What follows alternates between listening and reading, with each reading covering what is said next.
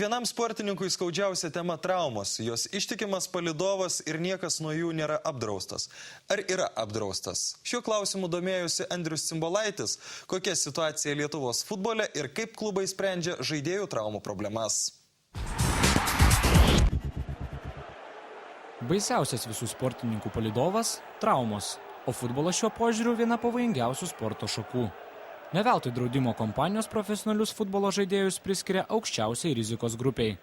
Ekrano komanda nuo nelaimingų atsitikimų nesporto metu apdraudusios įmonės atstovas sako, kad Lietuvos futbolininkų drausti nuo traumų tiesiog neapsimoka. Pagrindinė priežastis, manau, yra tame, kad nėra Lietuvoje rinkos.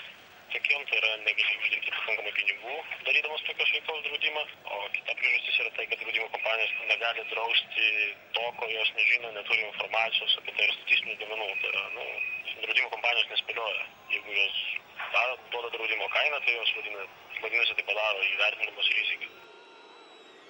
Turbūt labiausiai šiemet nepasisekė Bristol City ekipos futbolininkui Andriui Veličkai. Iš Rangerių komandos šiam sezonui paskolintas puolėjas jau pirmosiuose Anglijos Championship rungtynėse patyrė rimtą traumą. Neštuvose aikštę palikęs sportininkas iš medikų išgirdo pačią blogiausią naujieną. Paaiškėjo, kaip ir buvo spėta, kad blogiausia, kad trūkė kryžminiai raiščiai. Reabilitacija, nežinau, tai 4 savaitės dabar reikia laukti, 4 savaitės iki kol tinimas nuo kelio, jis viską ir reiks operuoti. O paskui jau viskas sakęs 6-8 mėnesių. Vilniaus Vėtros puolėjas Nerijus Vasiliauskas per 15 metų trunkančią karjerą taip pat turėjo daugybę traumų. Gyvenime traumų, kaip ir pas kiekvieną turbūt futbolininką, tai buvo daug. Tiesiog jas taip išskirčiau į sunkes traumas ir tokias, kaip futbolininkai bijau, sakykime, neapsieina, tai tos smulkės, tai raumenų patempimai, plyšimai ir taip toliau. O iš sunkesnių, tai ten turėjęs kaip ir kryžminių raiščių trūkimą, tai dar dabar bėgioju kelyje su 2 varžtais titaniniais. Diskomforto kaip po tokio nejaučia likti. Sostinės Žalgirio bei Lietuvos futbolo rinktinės kineziterapeutas Dainius Povilionis prie sudėtingiausių sužeidimų priskiria raiščių, sausgyslių ir raumenų plyšimus, kaulų lūžius bei kelių traumas. O gydymo laikas labiausiai priklauso nuo pačių sportininko noro grįžti į aikštę. Pasak mediko, mūsų šalies klubai neįstengia skirti pakankamai lėšų sportininkų traumų prevencijai bei reabilitacijai. Aišku, mes negalim lygiuotis į Barceloną ar Chelsea, kur specialūs apmokymai eina medicinos personalo, kursai organizuojami vien tik tai klubo personalui. Pavyzdžiui, Barcelona yra 9 fizioterapeutai, Chelsea irgi panašiai žmonių dirba vien fizioterapeutų, neskaitant, aišku, daktarai ir taip toliau.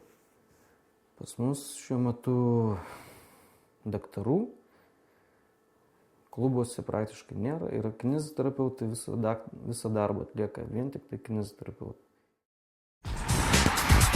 Lietuvos futbolo problema puolėjų trūkumas. Ne tik Lietuvos rinktinėje, tačiau ir A lygoje. Keista, tačiau rezultatyviausio A lygos žaidėjų pretenduoja tapti gynėjas.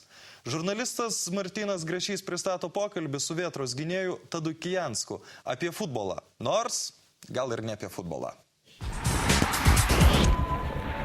Taip, teisingai. Šiandien futbolo pamėginsim išvengti. Ar pavyks, kita kalba.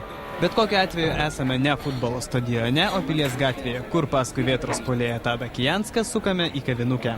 Tiesiog išgerti kavos ir susipažinti. Jūs rinkote tikriausiai? Man, žinokit, lietinių norėčiau su galbūt bananais. Su bananais, su šokoladu? Ja, su šokoladu ir bananais ir arbatėlės žalios likytos. Taigi, ką Tadas veikia, kai išpuola laisva minutėlė? Laisvalaikiu, kai futbolo nėra, tai kažkur su draugė arba išeinam pasivaikščioti, skaitom knygas, žiūrim televizorių, filmus, lauko tenisas stengiasi pažaisti, kai atsiranda galimybė.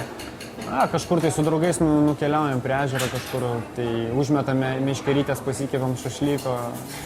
Toks, žinot, atsipūtimas nuo tos visos įtampos, nuo visko. Tai.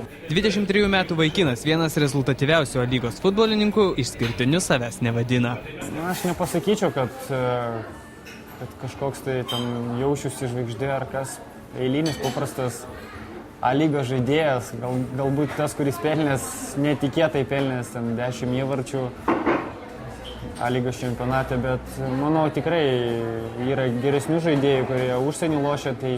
Ir čia tenka tadą nutraukti, juk šiandien susitarėm apie futbolą nekalbėti. Todėl pakalbam apie paveikslus. Ne, geriau apie politiką. Apie politiką geriau nešnekėkime, nes niekas nepatinka. Vis tik teks. Pirmas klausimas. Už ar prieš valdovų rūmus? Galbūt ir už ir prieš, bet šiaip manyčiau už. Mokesčių didinimas gerai ar blogai? Manau, čia kitos išeities nėra, aš taip galvoju. Ar Arūnui Valinskui reikėtų inicijuoti interpeliaciją? Lietuva tokia maža yra ir, manau, čia tokio kažkokio tai ypatingo, ten, kad dabar laikraščiai rašo, ten, nežinau, čia jų reikalas, ten politikų, ką jie nuspręs, taip tegul ir daro, bet, nežinau, nematau aš tame nieko blogo. Politiškai korektiškas, neįsišokantis ir šiaip puikus vaikinas. Mielosios futbolo LT žiūrovės, rodos 99%, kad jis jau užimtas. Turiu draugę, su kuria mes 5 metus gražiai draugaujam ir, kaip sakant, viskas puikiai klostosi, o žiūrėsim, kaip ateis laikas, manau, ateityje galbūt ir tikiuosi vestuvės bus. Išsiplėtos viskas, bus šeima, bus vaikai, kaip sakant. Belieka pasakyti tik tai, kad su Tadu galima šnekėtis tikrai ilgai ir įdomiai, tačiau viskam ateina galas, kaip ir šiam interviu. Iki kitos laidos. Tai ir viskas, ką paruošėme pirmai naujojo sezono laidai. Futbolas LT į eterį grįž po savaitės. Iki.